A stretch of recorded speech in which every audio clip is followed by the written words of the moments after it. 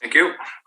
Morning, everyone. I'd like to call the meeting to order and acknowledge that we're in Treaty 1 and Dakota Nations territory and the traditional homeland of the Métis Nation. I'll introduce the members of the panel today. In the North Committee room, at the bottom of the screen is Ms. Gail Anderson, and to her right is Ms. Carrie Linkletter. My name is Stu McPherson. I'll be chairing the hearing today. The secretary for today's hearing is Ms. Michelle Niepen, and representing the City of Winnipeg Assessment Taxation Department is Mr. Matthew Barakis. We only have one applicant today, so we'll be hearing applications for revision of the assessment roll in accordance with the Municipal Assessment Act. The matters for which revision is requested have been described in each application. We'll limit discussion to those matters. The statements that are made at this hearing are sworn testimony. Anyone speaking to the matters must be sworn in. Please be advised that comparisons of assessments of properties are not considered evidence of market value by the Board of Revision. The Board of Revision is appointed annually by Council. It's independent of it and the City Administration. It makes its decisions on the basis of the evidence provided at this hearing and issues a written order that will be mailed to all parties as soon as possible. Please note that the board's decisions with respect to an application may be appealed to the Manitoba Municipal Board if the matter pertains to assessed value or classification, or to the Court of Queen's Bench if the matter pertains to the application of exemptions from taxation. Should you wish to appeal, information on how to do so will be included with the board's order. Pardon me. With respect to the hearing process, I'll confirm the points of appeal with the property to be addressed and following the swearing in. We'll then have the assessor's testimony followed by questions the applicant may have, and then the applicant's testimony followed by questions. Each side will have an opportunity to summarize if they so wish. Once all the evidence about an application has been brought forward, the applicant may leave, and the process will repeat for each item on the docket today. The session will close after all the applications have been heard, and the board will deliberate in private and make its decisions. You'll receive the board's decision by registered mail as soon as possible. Just as information, all public hearings are live streamed, recorded, and will be part of the public record. If you do have a cell phone, I would ask that you put that on silent, please. And I'll have the secretary swear the parties in. Mr. Barakis, if I can get you to state your full name, please. Matthew Stephen Barakis. Do you affirm that the evidence you're about to give at this hearing shall be the truth, the whole truth, and nothing but the truth? Yes. Thank you. And Mr. Story, can you state your full name, please? My name is Sid Story. Do you affirm that the evidence you're about to give at this hearing shall be the truth, the whole truth, and nothing but the truth? Yes, I do. Thank you. Thank you. Good morning, Mr. Story. Good morning. You're here to represent the owners of 140 Eaglewood and 160 Eaglewood as well, and it's the amount of assessed value that we're dealing with only today? That's correct. Thank you. Mr. Barakis, when you're ready, we'll hear from you, please. We'll start with item number 140 Eaglewood Drive. Okay. File number 21-351, roll number 0309-299-2455. That's 140 Eaglewood Drive. Year of assessment we're looking at is 2022, April 1st, 2018 reference date. We have an assessed value of $15,010,000. It's 5-building newer townhouse development in Prairie Point, south of Bridgewater, in that expanding development. Corner of Eaglewood Drive and Skyline Drive. Parcel use code Res App. Built, you can see 2018, 2019, 74 suites, 106 outdoor parking spots, construction class D, wood or steel framed exterior walls. Go to page 2, Subject sale history, that's for land. That's not in regards to the completed project, so that has no bearing on the income valuation. Page 3 shows you our assessment income workup. We've got 21 bedroom, 32 bedroom, 22 3 bedroom and 2 4 bedroom for 74 total units, with an average rent of $1,482 and 48 cents. Gross potential rent $1,316,442, with our market vacancy and our 41.59% expense ratio. Calculates the net operating income of $750,479, utilizing the 5% cap rate that's assigned to the properties as per age, area, and size. Comes out to our estimated market value of $15,010,000. Page 4 just shows some rent comparables. Other newer properties in the area. Not all of these properties are townhouses. Just for some, just to put the board's direction, the applicant and I are in agreement in terms of the rent. So the rent comparables aren't as important in this hearing because we agree unless something's changed. I put this one on the roll. I based the rent off the actuals, but then I look backwards what they would be during the reference period, because there is no during the reference period time for any rent roll. Photographs of the property gonna appear on page 7 to 10. Just show you the quality of the property. That's my evidence. Thank you. Thank you. Mr. Story, questions for the assessor? Yes, good morning. Thank you.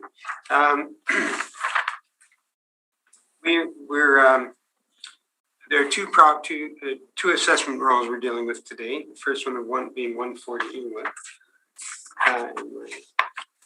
Just if we could go to page 3, Matthew. Mm-hmm. And as you indicated, there's some areas that we agree already on and others we don't. For the most part, this has been model driven. Is that correct? Yes. Derivation of the assessment. And yes. The average monthly rent, as we discussed, or as you discussed, is $1,482. And that's time adjusted backwards, you indicated? Yeah, it's in line with what they're actually getting. Okay. And then vacancy allowance of 2.4%, where does that come from? That's just modeled based on the area. Okay, and is 2.4 citywide vacancy? Is that what the city uses citywide on apartment, multi-tenant residential? I believe it will change depending on the area, but it's all around that, 1.8, 3% kind of ballpark. Okay, and that probably came from CMHC? I can't say. I'm not in modeling. It would have been done through modeling, but I don't know what they considered in their analysis. Most likely they weighed the income and expense mailers submitted to us most heavily. Okay. And the cap rate, you didn't speak to the cap rate starting on page 5, but if we could just go there for a moment, you'll see multifamily residential under Colliers, which is 2/3 of the way over to the right. And they indicated on the low rise that cap rates range from 5 to 6%. Is that correct? Yeah. Okay. And then on the next line, but moving over to CBRE show 5.5 to 6%, correct? Yes, they do.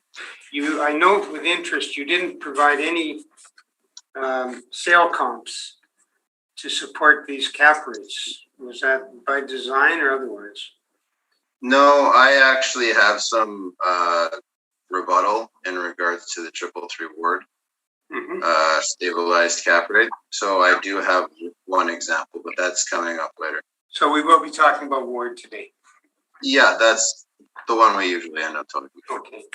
And then these are, if we get back to page 7 of your brief, these are some of the photographs of the site. Matthew, have you inspected the site? No, I didn't inspect the site, but I was in charge of putting it onto the roll. Okay. And so these are from, sorry, go ahead. Oh, yes. So if we go to page 7, there are essentially 2 buildings that are identical with one exception. There's a bump out on 140 Eagleton for this club room, which shows on like a gymnasium. It shows on your page 7. Yeah. And then page 8, that's also the club room, I believe. A pool table, a couple of tables, chairs. And all of these pictures are the club room with the exception of the washroom.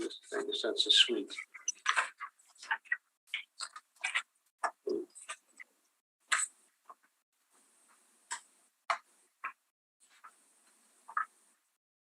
And you mentioned you put the property on the roll. Approximately when was it put on the roll? Let me pull up the notes here quick.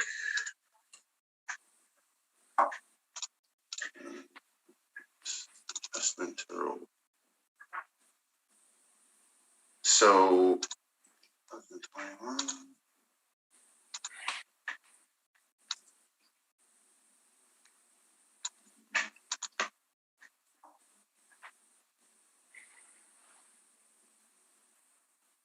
So this property was initially taken from vacant land and had improvements put on it effective February of 2019. However, the final building wasn't done yet because there's multiple buildings. Okay. So that final building was completed, just checking my notes here, October 15th, 2019. So then that building got tossed on for the 2020 roll going forward, which would include this 2022 appeal. Okay, and using 218 reference date. Well, yeah, using our 18, our 2020 reference date, yeah. Okay, again, these are, for the most part, just model driven. We don't have much evidence to support it. So that will be the total of my questions at this point. Thank you. Thank you. Ms. Anderson, any questions for the assessor? No, I have no questions. Thank you. Ms. Linklater? I have no questions, thank you. Okay. And I have nothing further, thank you. Mr. Story, we'll hear from you, please. Okay. I ask you to go to our evidence brief, and this evidence brief is the 2 properties combined. You'll see on the front cover is a picture of the site. These are townhouses. In some cases, the city treats this type of property as commercial row housing, and up until 2016 assessment, all row housing in the city of Winnipeg, irrespective of age or location, was at 6%.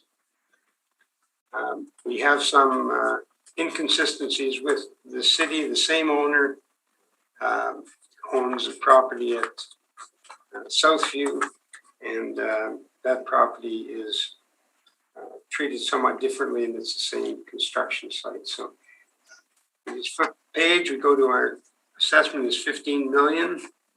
And again, this is model driven. If you go to page 4 of our brief, this is kind of the meat and potatoes. And what you'll see is the potential revenue. As Matthew indicated, we agree on the potential revenue. This is done on an average of rents from comparable properties in the area. The city has suggested 2.4% as vacancy.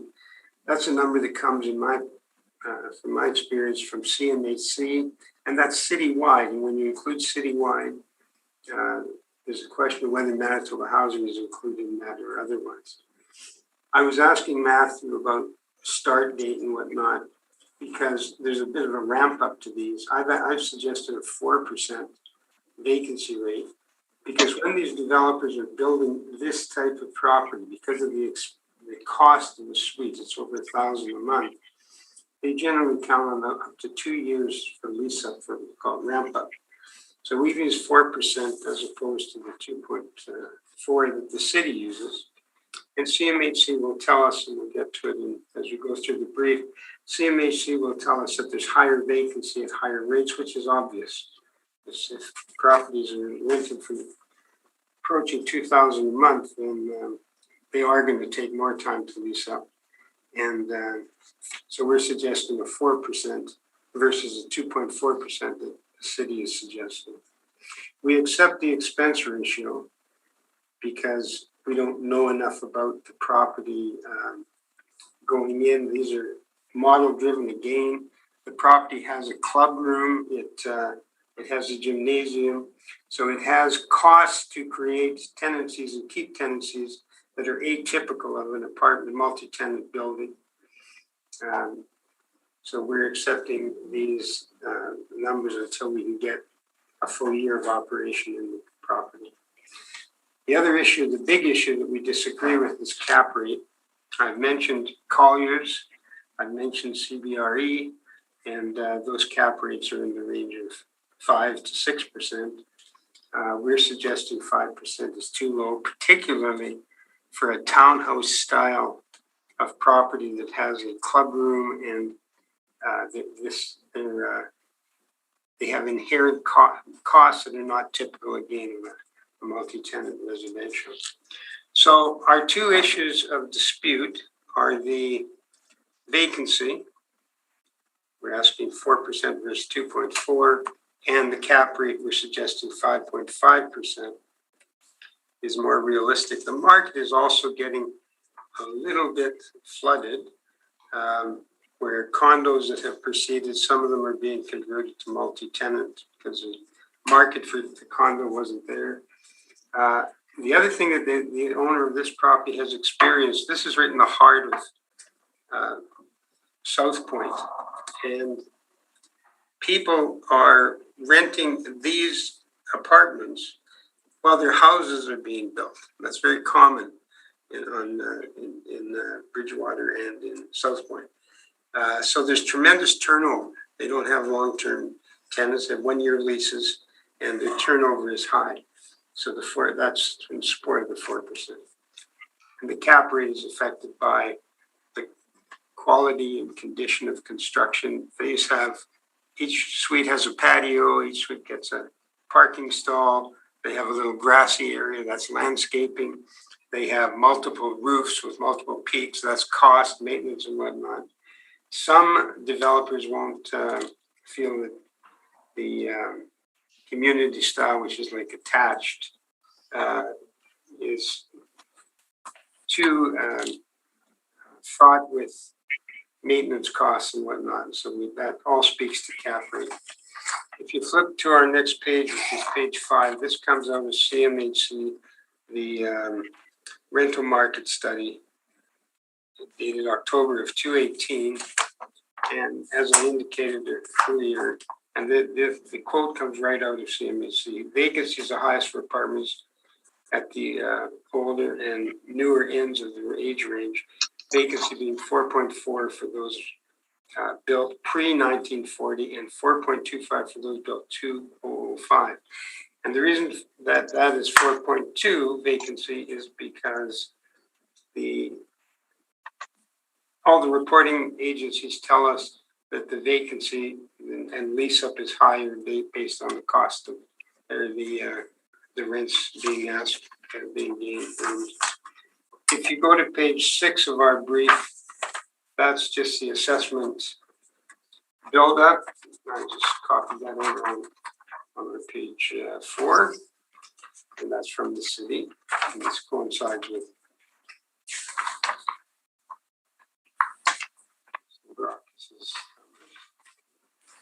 if we go to page 10, this is a viewing of this is a site. This is interesting because it's unique construction. There, you go, each suite is either up or down from grade. There's nothing right at grade. So you go 4 steps up to get above grade and 4 steps down for basement. All the 1 bedrooms are called basement apartments. They're below grade. It's an attractive building, but again, you can see all the different roof lines. You can see the landscaping. These are things that are atypical to a multi-tenant residential, typical apartment building. The suites are very nice. That's on page 11. That's what they look like. They're modern, they're not lavish, they're just functional. And there's a few pictures there, give you a few more pictures. And then cap rate, multi-tenant family cap rate. I think everybody on either side of the table for the last 2 years has heard about 333 Ward. And I'll get into that in a moment in a little more detail. The other properties that we've looked at that, to the best of our knowledge, are not subject to, we're not subject to rent control, but they may have been because we don't know exactly how people have reported.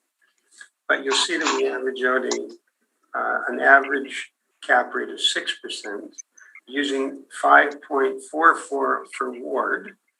And Ward is the most comparable because it's larger. It's 103 suites. Some of the other apartments are very small. There are 11 and 14 suites. You'll see the age built. There's nothing, Ward was built in 206. The other properties, 1906, 72, they're older properties. It's tough to get a really good comparable. And the median is 5.89. And we're asking for 5.5. I'll just jump ahead and then pop back to Ward on cap rate. Next page, we talked before about the city provided evidence but no comps on cap rate. This is a Collier's report,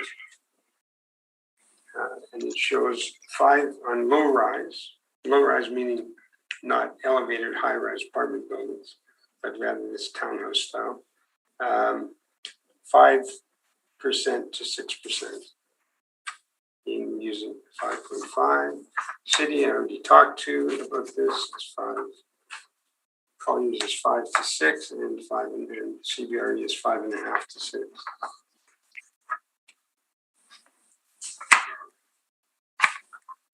If you go to page 19, these are some decisions in the 2020 cycle. First one is Winnipeg Mennonite Seniors Care, and that's a 6% cap. Lindenwood Manor is a 5.5 cap. Lindenwood Terraces, a 5.5 cap. Parkway, it's on Paget, it's 5.5%. The Parkway at PD5 there's 2 sections to it, 85 and 95, and they're both 5.5 cap by decision. The Bolton is at 5.5, and attached to that are those decisions from the board, its boards.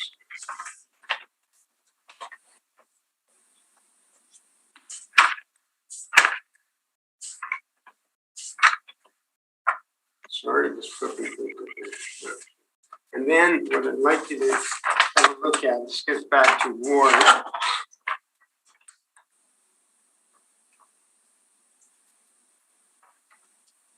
This was a situation where an appraiser, and the appraisal is in your materials today, an appraisal was done on the property for purposes of it's on the cover sheet of the appraisal. You see Kenwood Court, that's 333 Ward, and you'll see on page 2 of this, in accordance with the purpose of the appraisal, as instructed, is to estimate the market value of the subject property for compliance with shareholders' agreement requirements. It wasn't for resale, it wasn't for financing. It was presented to the existing owner in February of 2015. The appraisal is dated January, but it was presented in February by Colliers, by one of the top commercial realtors in Winnipeg. Presented it to the owners, but not new owners today, and suggested to them that the appraisal reflected an NOI of $940,864, and if they were to buy it for $18 million, they would enjoy a 5.44% cap rate on the purchase. A year later, in 2016, the transaction closed. They bought it. So when the appraisal first was presented, it was presented at $18,820, but it didn't sell for $18,000. At $18,820 with $940,864 is a 5% cap rate. But they didn't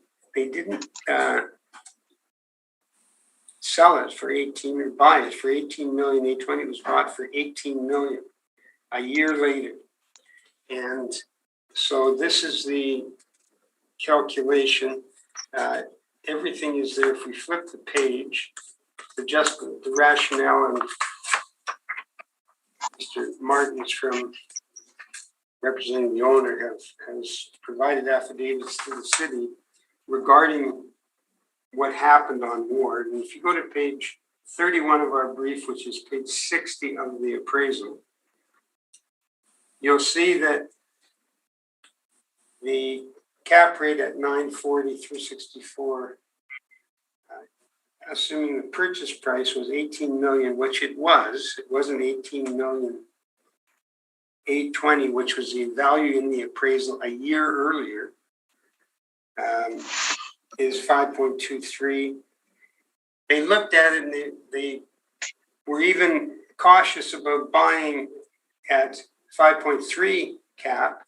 So they looked at some of the expenses and they saw an opportunity because of two properties in close proximity, Kearney and Belleville, that they could share on the, rather than have three in-house managers, they would split it. So they envisioned a $40,000 reduction in the $90,000 worth of caretaker costs. So that particular, I know Matthew indicated he has some information on that. It'd be interesting to hear. But the appraisal is here. It didn't sell for the appraisal, and this appraisal was done, as you see, on second page of the appraisal. You see that the appraisal was done in February of 2015, and the property was bought a year later. And the people turned down the opportunity when it was presented in 2015, but they came back to them a year later. They dropped the price from 18,820,000, and they closed on the transaction in excess of 5%. So that's all in the appraisal. So there's not an awful lot more to say about this. It's atypical because these are our townhouses, but we don't have a separate classification for them anymore. At one time we did. They have a parking stall per suite. It's included in the rent, and the rents are, there's 106 parking stalls. So I think that's all I have. And I'm asking that the assessment be based on page 4 of our brief. The assessment be reduced from 15,009,000 to 13,421,000. And that just recognizes the two adjustments, one for vacancy and the other for cap rate. Thank you. Thank you. Mr. Barocas, questions for the applicant? Yeah. Can I start with my rebuttal to the cap rate? I have no, Yeah, I'm assuming your questions are going to be mostly on the vacancy and cap rate issues. Is that correct? Yeah, that's correct. So do you have any questions on the vacancy? Maybe we can deal with that first, and then when you're going to do the cap rate, then introduce your rebuttal. Okay, that works fine. Okay. Okay, so on page 4, in regards to the vacancy, you said that you have the vacancy at 4 because of a ramp up period because it's a new building. Is that correct? it's part of the reason, yes, there's these, the more expensive buildings are also done differently. This one is done in modules of 16 suites at a time. So they don't have the same book vacancy because they don't build them until they know they've got tenants for the majority of the space. But the more expensive properties, and we're seeing a lot of them in the city of Winnipeg now, we're passing $2,000 a month in rent. They take about 2 years to lease up, and it's called a ramp-up period.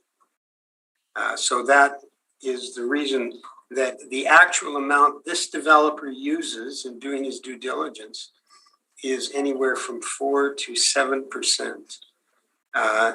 And it all projects over what amount of time to build them. And I was asking you earlier about when was it put on the roll. It was put on the roll in 19. It would have been essentially complete when it was put on the roll. So it started in 2018, so it probably had 2 years. And it still had vacancy when it was put on the roll. So hope that answers it. Yeah. Okay, so you've included the ramp up consideration in your calculation of overall value.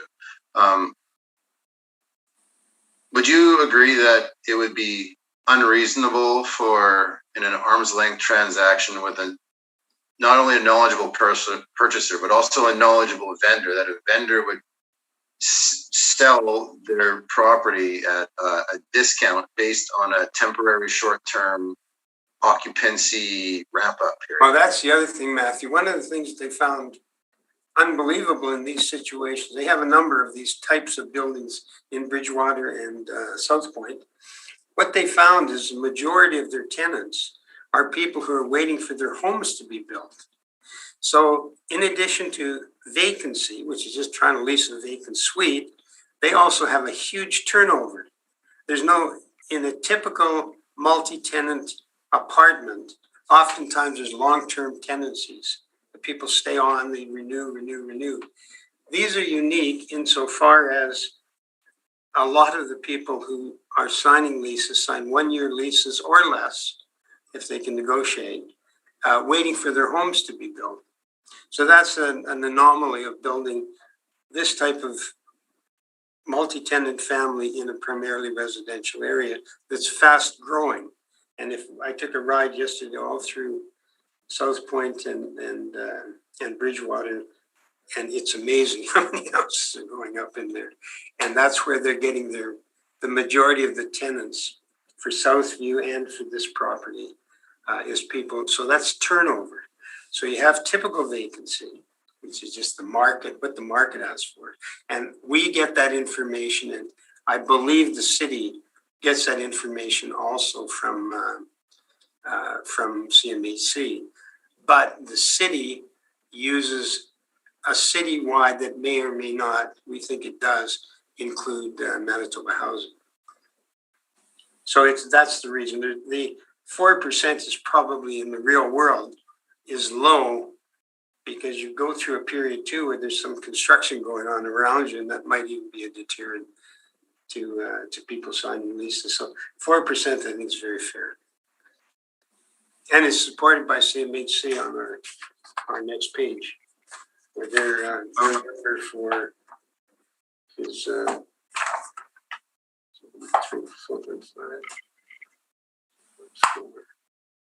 4.2.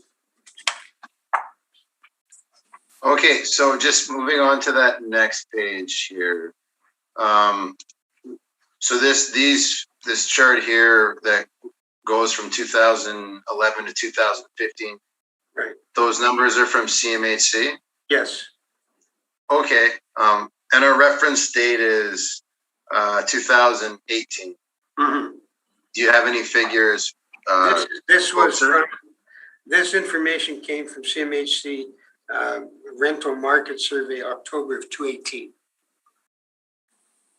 It came from them 218, but so That's these when are it was the published. It was published in 2018, in October of 2018 by CMHC. okay, but no data in pertaining to the year of 2018, which we're looking at. No, but you can see the vacancy in 215, 4.4, 1940, and newer 4.2. That's where the 4% came from. Okay. And before I do my rebuttal on the cap, because that's mostly based on numbers, I'm just gonna jump ahead to your page. Sorry about this. I'm just looking for the summary. That's your page 19. If everyone could turn to the applicant's page 19, please. Yeah. So those are orders. That's a summary of the orders enclosed in regards to The decisions. Yeah. Okay, so so you have 1, 2, 3, 4, 5, 6 properties. Yes. So the last 3 properties, the ones on Paget and Bolton, those are from a different reference period, correct? We're looking at a different assessment year. Because we're looking at 2022 and those are from 2018. The decisions. Yes. Yeah, okay. And then the ones that are in regards to 2020. Yeah. So the first one is a seniors care place. Correct. The second 2, Lindenwood Manor and Terraces. Mm-hmm. I did a quick Google search. Those are assisted livings. Would you agree that include food services and health resource coordinators? No. And other. Yes, I agree. What the city does is they take out the business element in independent living, and they develop the pro forma, the value, as if it were an apartment block. And that's because of the uncertainty of and the risk associated with the business element. So you agree that the physical asset of those 2 properties are very different than our townhouses that we're looking at today? They're what's appropriate. They're multi-tenant townhouses. Pardon me. They're low rise. You don't see any 18-story seniors complexes. So they're low rise apartment buildings, and I think they're appropriate to highlight the cap rate. Okay, fair enough. Could we go to my rebuttal? Michelle, could we hand that out, please? Or Yeah, I forward just it? sent it a couple minutes ago. It should be. Did you receive it, Stu? I have it, thank you. Yeah. Mr. Story, do you have the rebuttal? If I can, I'll just ask my assistant. She's here. Just a moment. Okay. Magda?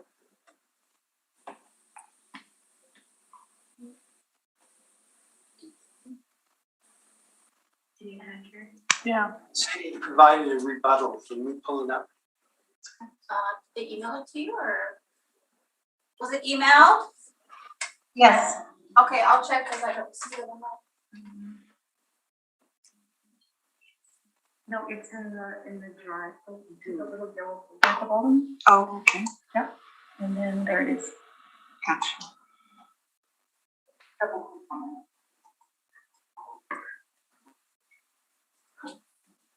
Did you get it, Stu? I do have it, thank you. Or sorry, not Stu, Sid. Magda, do we have it? She's printing it as we speak. Thank you. We'll have it in a moment.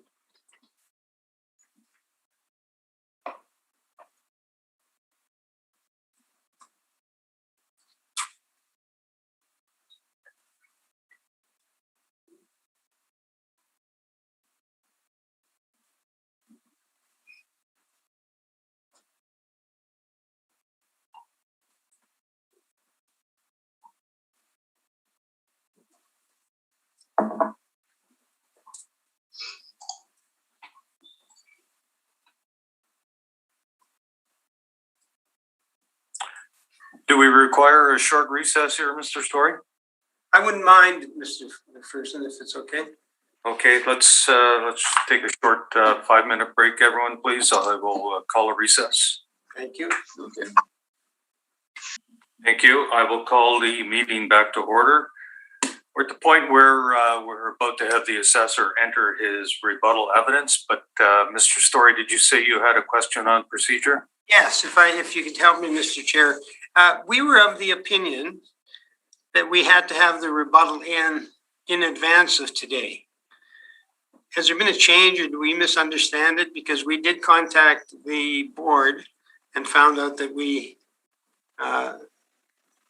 were not going to be allowed to bring rebuttal to the hearing. Did we misunderstand that? Is rebuttal allowed at the hearing? It walked in like this? The board I've seen it. informed you that you were not allowed to bring rebuttal to the hearing? Yeah, we thought the rebuttal was due a day in advance of the hearing. This is what you were informed of by the board staff? Right.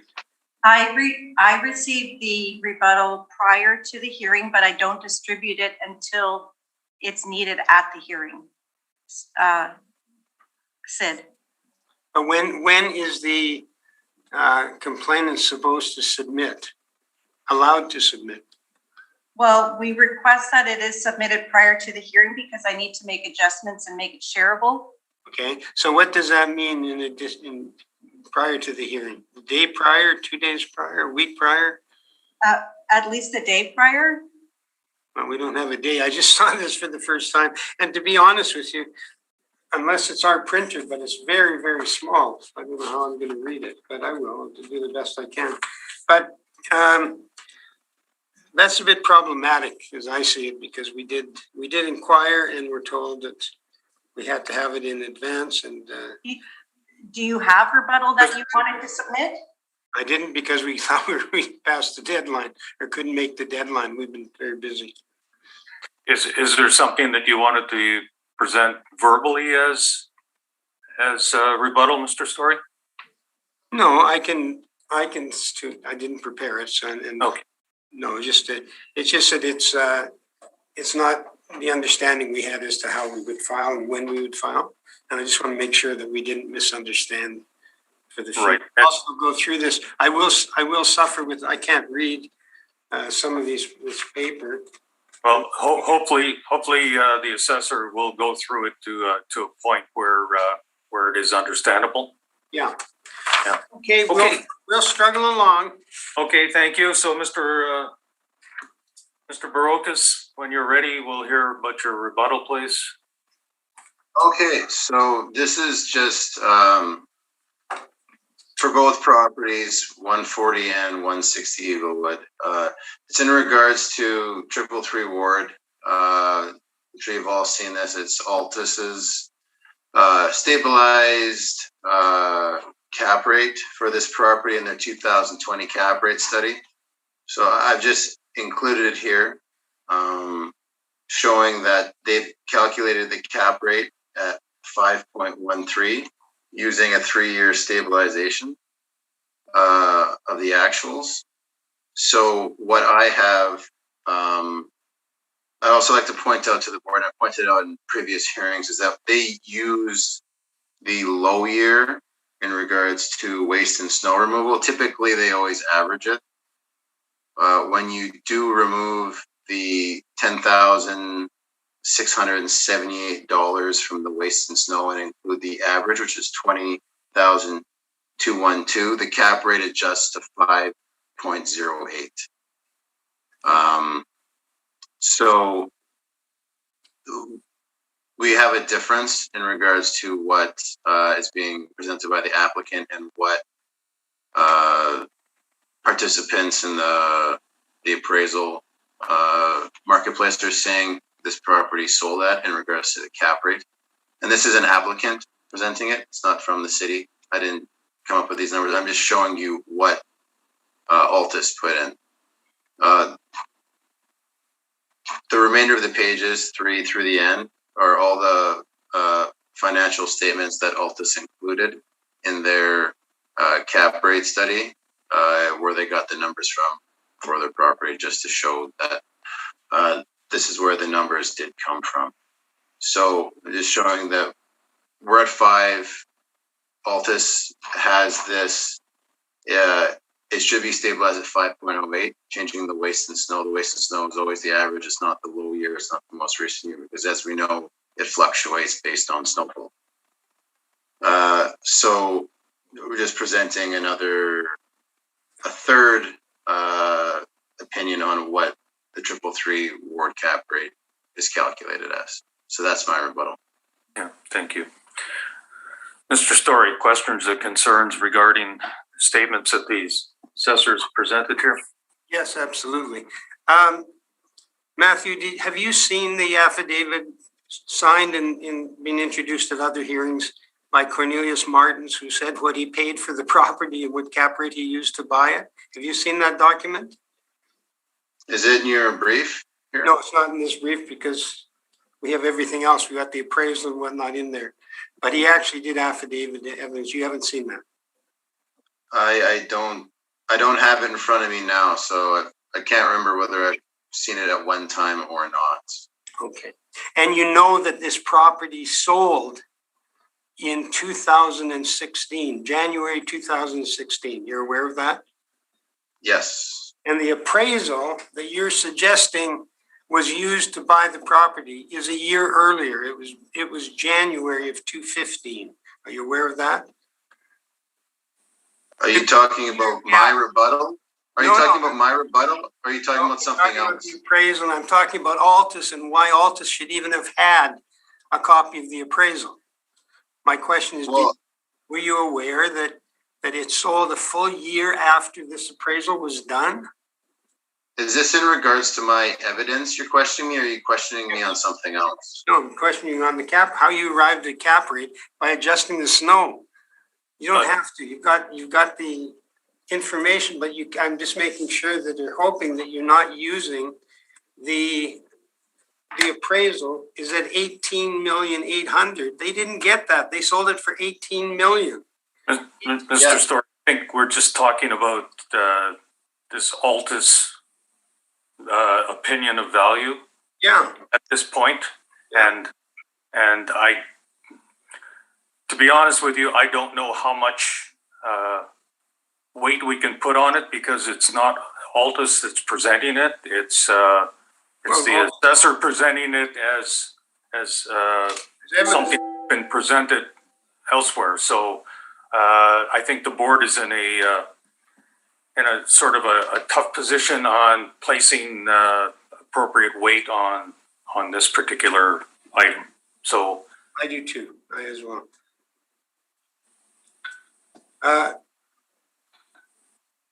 If I, sorry, I'm trying to just organize myself here.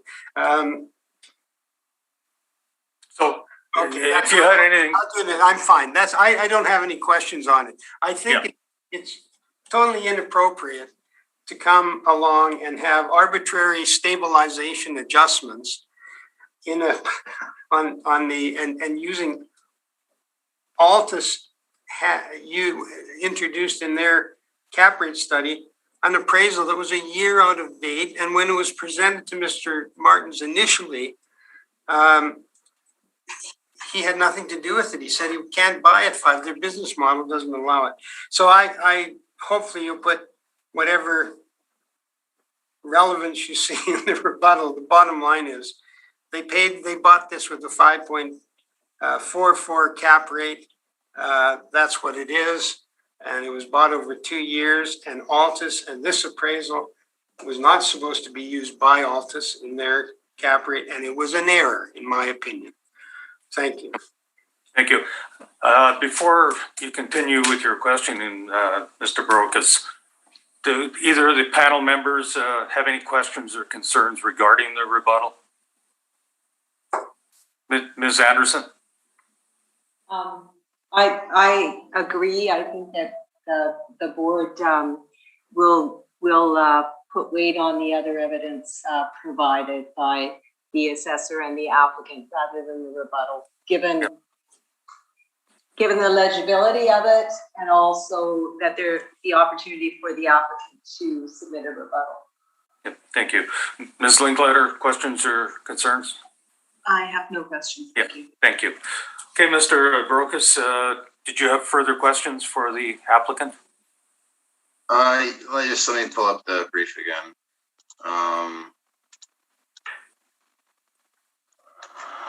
So go to the final page of the applicant's brief, which would be page 31.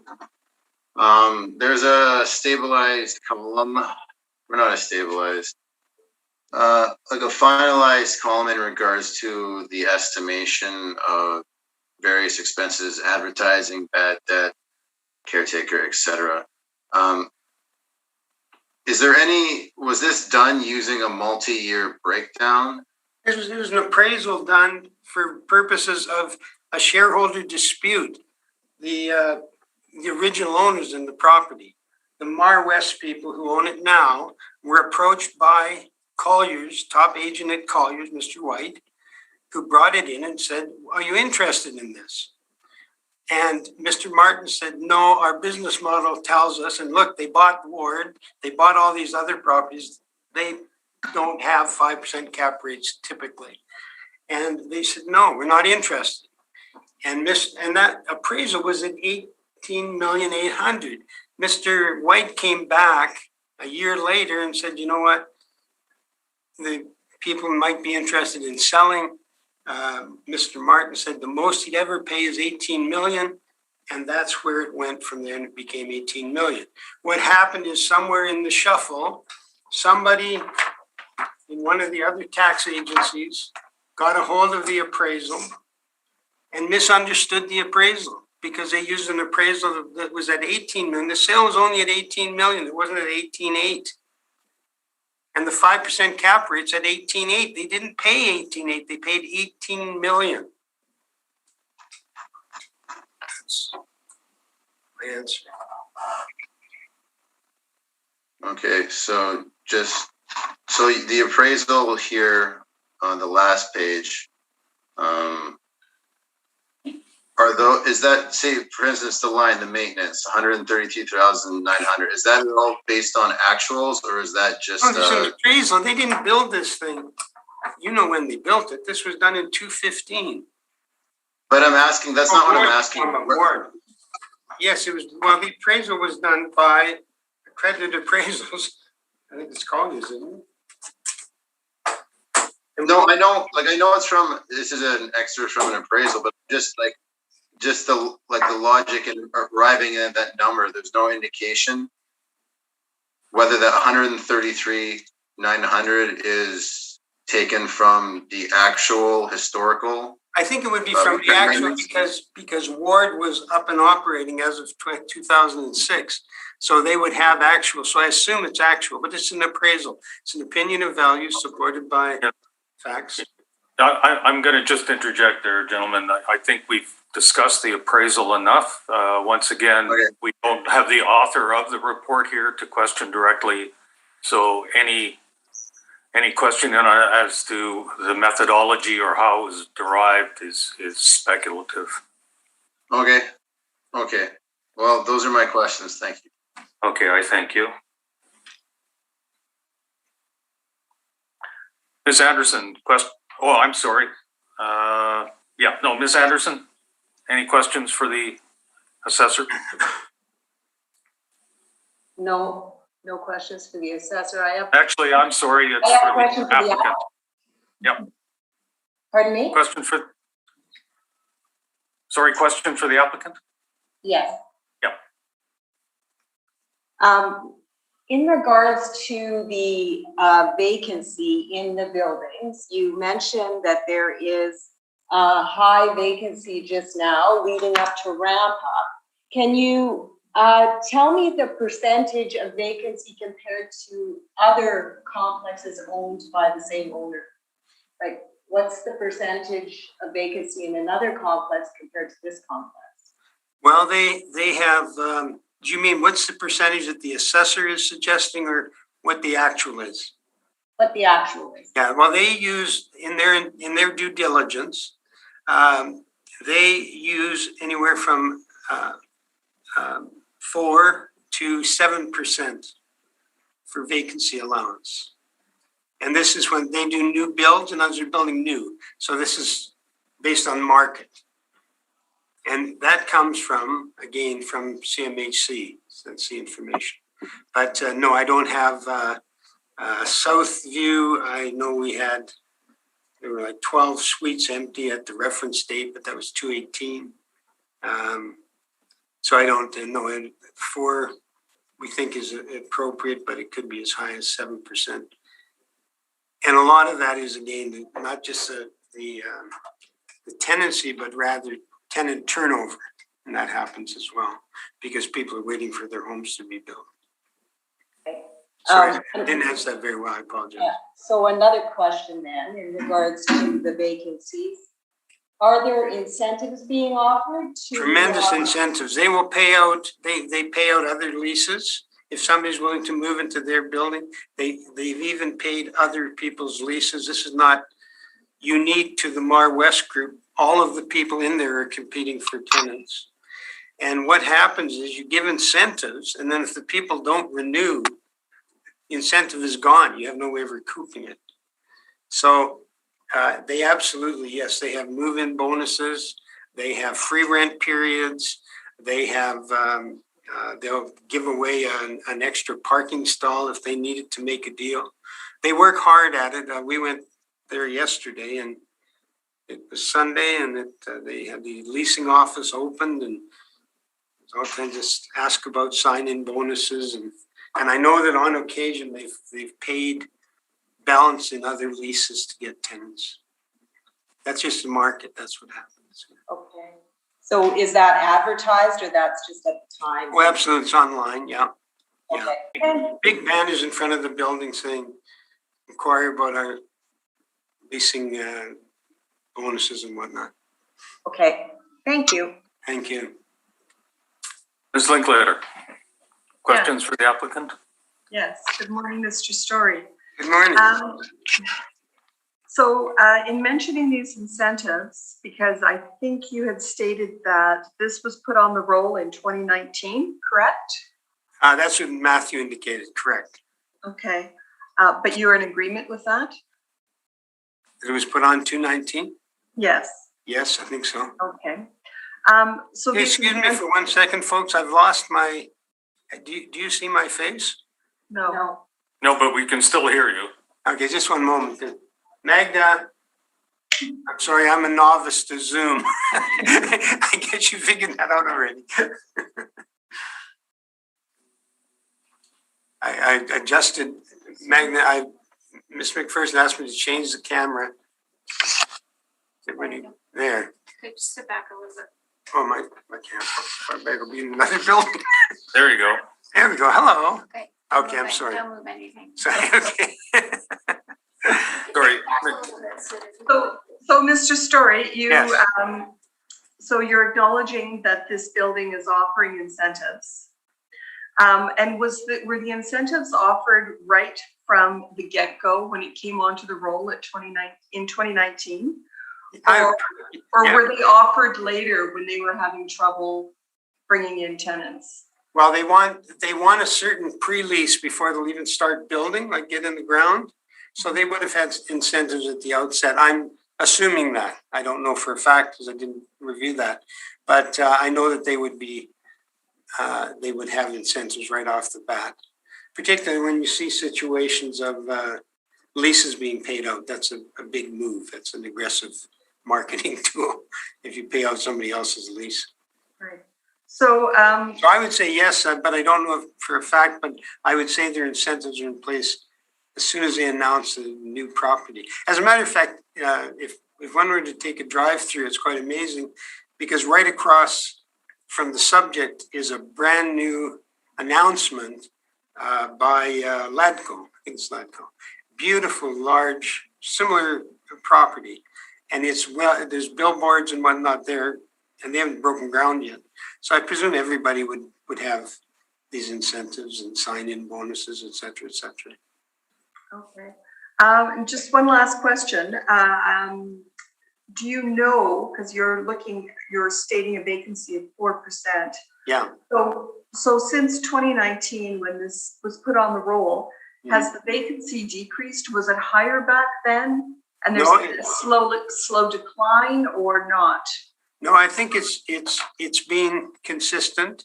Right now, what they're seeing, what they tell me, is that there's starting to be a bit of a glut on the market of these rental properties, partly because condos that didn't go because they didn't get their pre-buy have been finished off as more rental apartments. So there's might be more competitiveness. And then Covan has come and gone, and one doesn't really know. I don't know what the effect of Covan has been on apartment vacancy, but I know these rates that you'll see in the assessor's brief, the rates that were used were very, seem high for apartment buildings. So I would say that in all probability, they've been running probably closer to the 7 than the 4%. All right, thank you. That's all my questions. Thank you. Mr. Story, okay, thank you. Any desire for summation, Mr. Barocas? Yeah, actually, yeah. Okay, so the applicant submitted an excerpt from an appraisal of which he was not the author of. I was getting told when I submitted my rebuttal with evaluation, I am not the author of, that the panel's already basically saying that they're not going to put weight on it or put very little weight on it. So following that criteria, I would ask the panel to put an equivalent weight on the valuation from the applicant that he was not the author of. Now, if you are going to put weight on it, the Altus valuation is a 3-year stabilized based on the actuals. You compare the figures in that valuation for various expense line items. Our numbers are consistent with what's submitted in the mailers. The numbers in the applicant's excerpt do not match the actuals. So if you are going to put weight on one, you should put weight on the Altus valuation. Fair statement, That's Mr. Barocas. Yes, thank you. That's a fair statement, and the board will take consideration as we deem appropriate. Mr. Story, request for or desire for a summation? No, I'm just disappointed. I'll just say one thing. I'm disappointed that we come to these hearings and the city presents no evidence. There's cap rates, not just forget Ward, but there's many cap rates, there's been many sales. Vacancy, there's no support for that. I'm disappointed. It's very difficult how do you rebut nothing? But that's my comment. So thank you. I don't have any other comments. Yes, thank you. Okay, then we'll move on. Is this property, I'm assuming, is very similar? They're identical. They're identical. Submitted one brief that's supposed to. Yes, we asked permission in advance of this, of putting them both into one brief, but they're identical buildings. Okay, I think thank you. Mr. Baca says, I think the assessors have agreed with that. I am. Okay, thank you. Let me just get to the next property then. It will be 160 Eaglewood. Just give us a moment to get to the appropriate brief.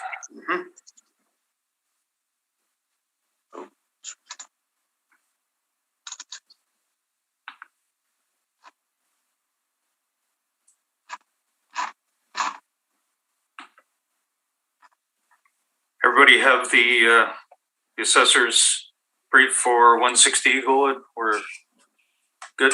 Okay, when you're ready, Mr. Barocas, we'll hear from you. Okay, please. so I'll make this extremely brief because we went pretty lengthy on the last one, which is exactly the same. I'll just read it in. File number 21-352, rule number 0309299. 8560160 Eaglewood Drive. It's same as the last property. I would ask that all my presentation from the last property be applied to this property. The evaluation is identical. It's right beside it at 15,010,000. Thank you. I thank you. Mr. Story, questions for the assessor? No, we're fine, thank you. Thank you. Ms. Anderson, questions for the assessor? No, I have no questions, thank you. Ms. Linkletter? No questions, thank you. And I'm assuming everything would be asked and answered on the previous property, so I have nothing further. Thank you. Mr. Story, your brief is the same one that you went through before. Did you want to touch on the valuation in particular? No, I'm fine, Mr. Chair. I just, you've got the number we're asking. It's in our brief at page 4, and we're asking for a value of 13,421,389 for both of 140 and 160. Right. Thank you. I thank you. Mr. Barocas, did you have questions of the applicant? No, thank you. Ms. Anderson, questions? No, I have no questions, thank you. And Ms. Linkletter, questions? Can I just redirect to the city, please, to Mr. Certainly. Baracus? Certainly. Mr. Baracus, I'm just curious because this building is slightly smaller. It does not contain the workout space or the community area, correct? I think you had referenced a bump out on the previous property. So that would have been the applicant. That would have been the applicant who mentioned the bump out. I'm not sure which building the gym is in. It looks like it's in the first building because this building is smaller, square footage wise. Okay. So I'm just curious as to why it would be the same valuation as the previous property. Well, it's based on the rents they collect. So they're collecting the same amount of rents, so it has the same valuation. Okay, so you're not placing any value then on this additional? We're not making any adjustment for the gym being in the other building. Okay, thank you. Do both buildings have access to that gym? I believe so. Okay. And I noticed that it's about 1,000 square feet difference between the two properties. So that's what that gym property would be, is about 1,000 square feet. I didn't inspect it, so I can't say the side. Fair enough. Thank you. But to your knowledge, they both have access to that. Yes. Okay. Actually, Mr. Story, we're questioning you, so perhaps you could help us with that. Do you know whether both properties have access to the gym or common room? Yes, it's a party room, like a meeting room with the fireplace and whatnot. It's treated by the owner as common area for both. Okay. And everybody has access to it in both sides of the building. Okay. And in there, irrespective of whether in 140 or 160, have access to it. And it's the same building, but a bump out that they just extended the wall out. Right. To create that. Thank you. Ms. Linkletter, did you have anything further then? No, thank you. All right, I thank you. Is it safe to assume that the summation that we heard for the first property will stand for this one as well? Mr. Barocas? Yes. Thank you. Mr. Story? Yes, please. Okay. Thank you very much. So those are the properties we had to deal with today, and I thank you both for your participation and the orders will be out in due course. With that, I will call the hearing to a close. Thank you very much, Mr. Chair and panel members. Thank you. Thank you. Thank you. Matthew, thank you.